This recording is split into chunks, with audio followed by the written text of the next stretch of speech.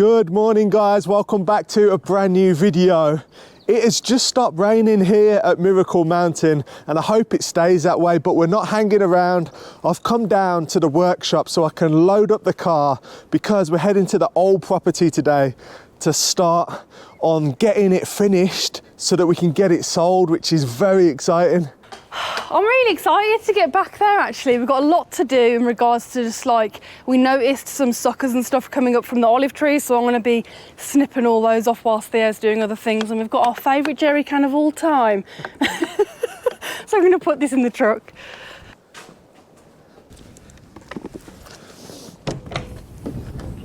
So I'm using my trusty brush cutter today that I used, I think in the last video with the circular saw blade. It's going to be so good to just attack all of the broom that's grown up there because it's grown up thick and fast.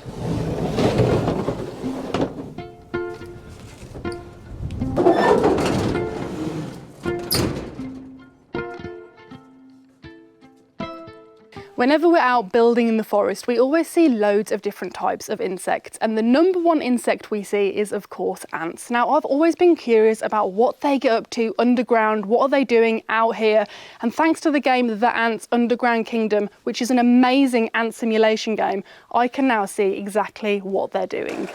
Perfectly replicates real ants, including the Reap Master, which is one of the strongest in the game, or the Gold Armor Ant, which I got after I'd logged in for 7 days, and last but not least, you can get the agility of the Slim Arched Ant.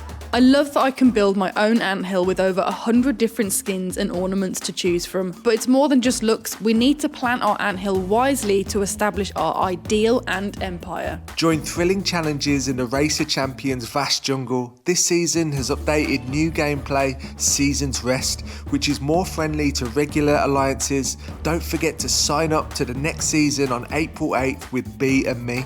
Join us as we celebrate the 3rd anniversary of The Ants starting March 18th. Don't miss out on exciting rewards and special events. Download The Ants now through the link in our description, and don't miss out on a super gift pack by using the code ANTS2024. You'll receive 100 consecutive supreme draws and loads of resources to help develop your ant kingdom. And we've got 100 tertiary eggs to help you acquire the powerful Reap Master and Slim Arched Ants, safeguarding the development of your kingdom. Download the game and join us now. Be patient with the ones you love, 'cause we're not here for long enough to judge. Just living is a stroke of luck, and a cup of kindness can pick your spirits up. So we have just arrived at our old property that we still own, that we're planning to sell really soon, like I keep mentioning. So if you're interested, let me know. I'm actually going to set up an email address, so you guys, if you are interested, can email us for details, but I'll let you know in a few videos down the line when that's set up. But this today is what we are trying to eradicate as much as possible with the brush cutter. It's called Broom. It's got a nice yellow flower to it, and it does look really pretty in the springtime, but it grows like crazy and it's essentially a weed and it needs to go. Broom is beautiful, and it's actually sold as an ornamental plant in a lot of places, and you can still buy it as an ornamental plant here. The only problem is it does spread very easily and can take over a landscape really fast, and that's what it's done in Portugal. You can cut it down, but the new shoots grow up from the roots, so we try and cut the biggest one down and then that will die off. The little ones that grow back from the roots, you can just pluck them out nice and easy. Unfortunately, the goats don't eat broom, but if you look here, this is an old big broom tree that I've cut down before with the same method. And you leave it for a year or a year and a half, it completely dies off, the root does, and you can just go, ta-da, and it just pulls out, no trouble at all. So that's what I'm gonna be doing today, cutting as low as possible, and then whoever buys this property can just pull the roots out very easily.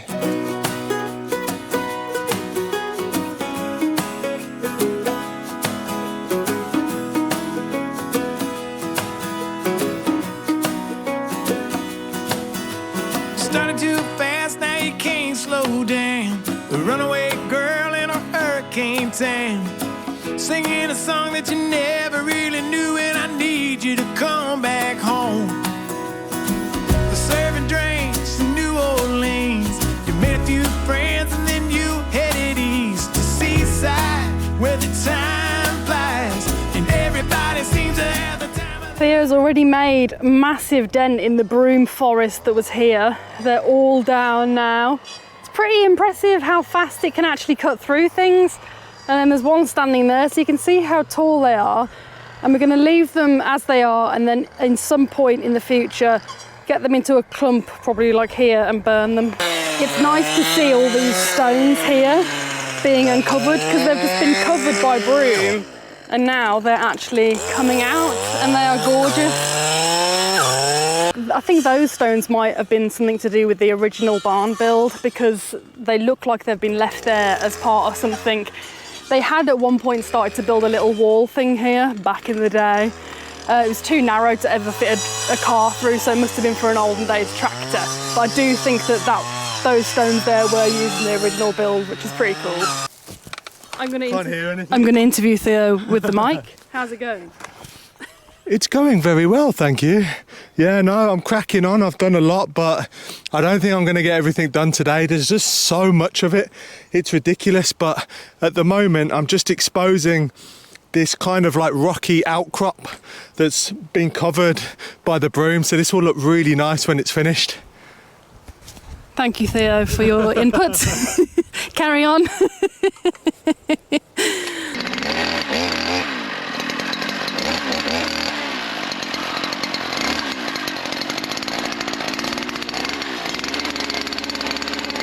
I think I'm going to pick up my pruners in a minute, because I've just come down to the well, which is behind me, the main well, Manuel, and it is so full. It's pretty much overflowing, which is great, good sign.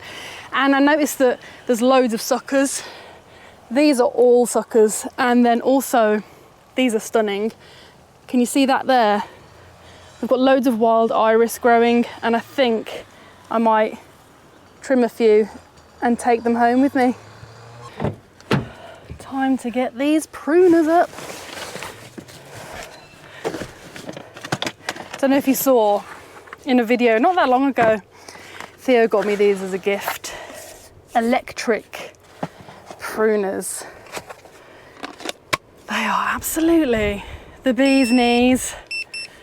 They make light work out of pruning. No longer does my hand hurt from lopping them all. Let's go. Actually, I'm gonna grab some gloves. There we go. And the reason you want to cut all these suckers is, which sucks literally, because they're new ones, but they take away, or I've accidentally snipped off a unopened iris, so I'll take this home. They prevent the new growth from further on in the tree, so that's why I'm snipping these suckers off. Hui, there we go. Yes, I think I might make myself a bouquet of flowers, irises, because there's loads here. And actually, something that I would like information on, could I dig these irises up and take some back to Miracle Mountain? Because we don't have many wild irises there. We've got tons here. It'd be quite nice to bring some of this place back with me there. Come on then, suckeroonies. Wow, this one's such a big sucker, it's actually a tree. So I might leave. I think I'm definitely going to need to come down here with the old chainsaw as well, because there's some really fat suckers here that are too big for my little snips. And they are just like I said, they're just taking away from the main tree. And all this is wonderful, lush growth. I mean, look at that. I'm going to take it back to the goats because they love olive. They love it. It's one of their favourite delicacies, which is fortunate for us because we have a load of it. These snippers, man, I love them.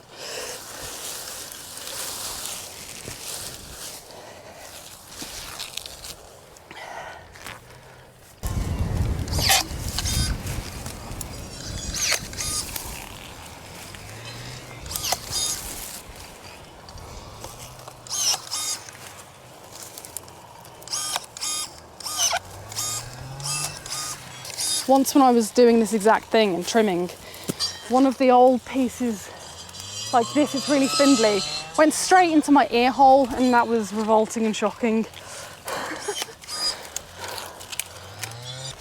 Now I'm gonna get some irises. I might try and get them all closed actually, then they'll last longer, because there's tons, absolutely tons. Here we go. I don't want to take too many because obviously these are great for the pollinators, but there are, like I said, tons. I think I will take an open one just because why not? Natural florist, nature's florist. Oh, you're so beautiful. Oh my gosh, it smells amazing. And this right here is a rose bush that I don't have any roses on Miracle Mountain, so I don't know whether can you propagate from rose bushes as well. This is old bramble amongst the rose bush. Bramble is the bane of my existence. Grows back regardless of what you've done to it. It's an absolute arsehole, aren't you? And you don't even produce good berries because it's too warm and dry here. So you're just little bullets. Can't even make a blackberry crumble and nothing. Absolutely. Just a pain inflictor. I might, you know what? I'm gonna Google how to propagate from a rose bush, but this is a pretty big, usually with a lot of propagation, it's like woody stems. So I'm just gonna quickly get my phone. So look, I don't know if you can see because I'm so far around the GoPro, but both legs entangled in the bramble. Evil, mean.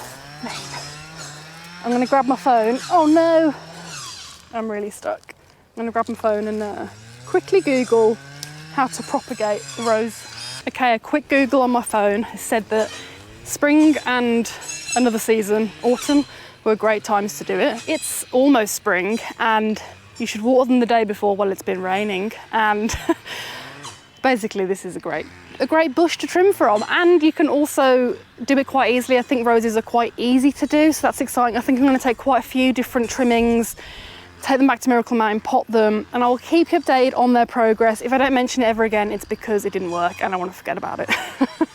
Here is my collection of trimmings. I took quite a few, and I took quite a few different types. Bunch of roses.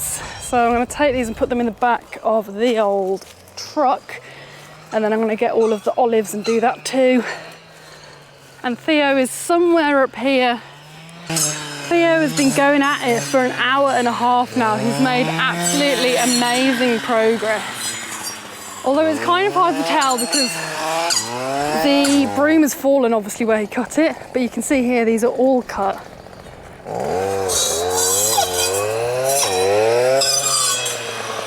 There's a young cork there which is cute under the massive cork, and then there's a pine there, so sweet work. You happy?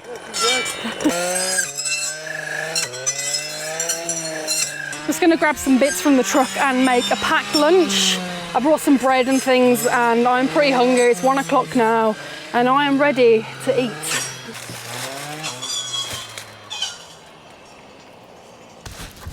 I've got a little bit of trigger finger from pulling the, I don't know what you call it. Trigger? The trigger. I'm just like, oh, it's good that these ear defenders work, otherwise It's so loud. I would be deaf.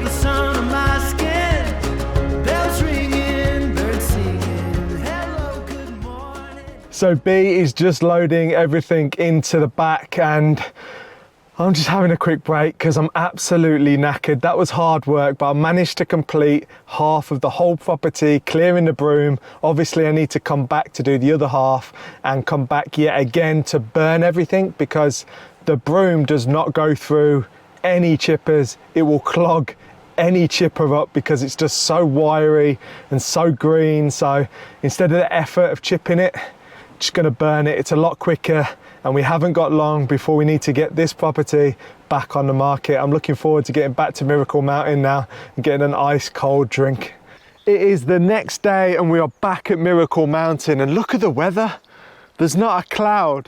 Actually, I've just spotted one cloud. There is one cloud in the sky and look at the water in the pond. It looks so beautiful.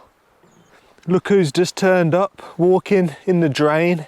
He absolutely loves sleeping and walking along the pond in these drains, which is quite hilarious. Ginjey is being Ginjey and rolling around in the warm sun. You loving it? Are you loving it? Oi! She's only playing. So speaking about the pond, I've actually found a supplier of bentonite in Spain. So what I'm gonna do is order a pallet of that and try and seal the pond with the bentonite. If you don't know what bentonite is, it's like a powder clay that expands like 15 to 20 times its size. So you can actually put the bentonite in on top of the water, it will sink to the bottom, it will find the cracks and it will fill them. So I'm gonna try that first. And if that doesn't work, we'll go to plan B.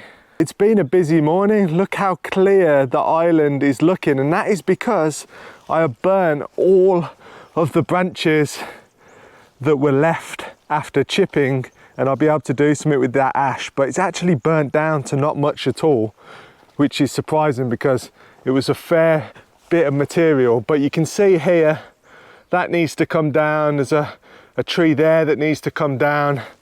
That tree needs to come down as well, and a few others. So there's still a fair bit of work to be done on this island, but I think another day and it will look absolutely incredible here. It's opened it up massively and we can replant, which will be nice.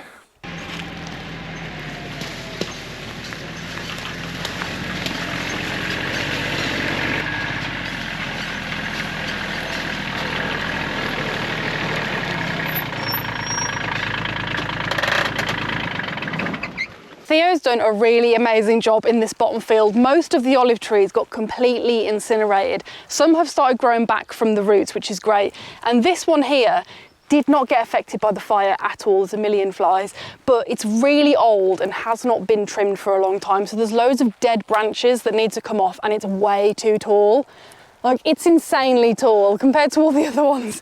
So I'm going to trim off all of the dead branches of this and just give it a bit of a haircut. And then with the other ones where it's dead, but there's new shoots that have come off, I'm going to completely cut off all of the dead bits so there's just a new, fresh olive bush growing out of the ground.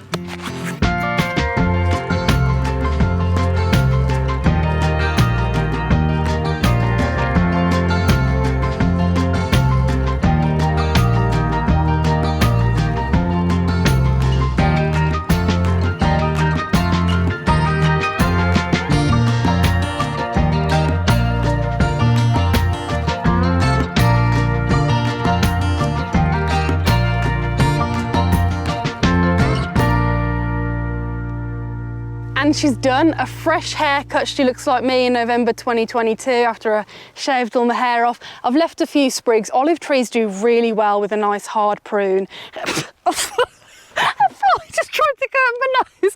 And she was very overgrown. She had lots of dead hair, split ends.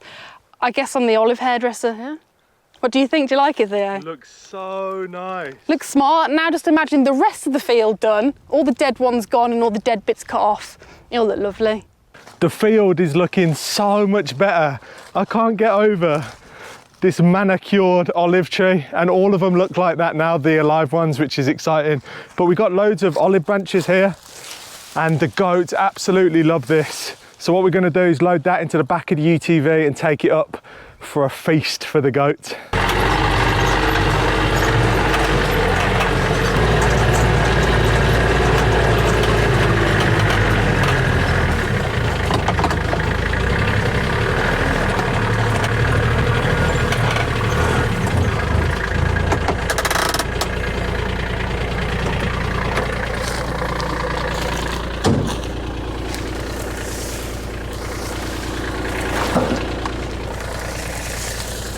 The goats are going to be so excited. It always makes me laugh because as soon as they see us with olive branches, they come running over.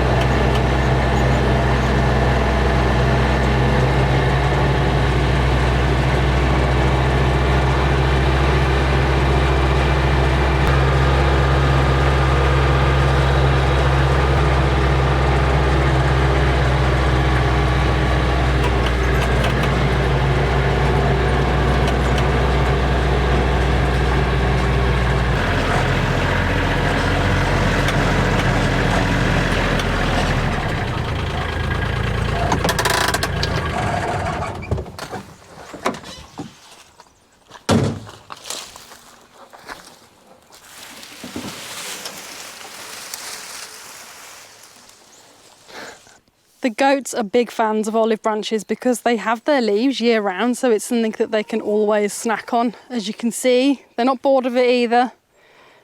They love it, a nice treat. So the goats are happy, the cats are happy, the chickens are happy, we are happy.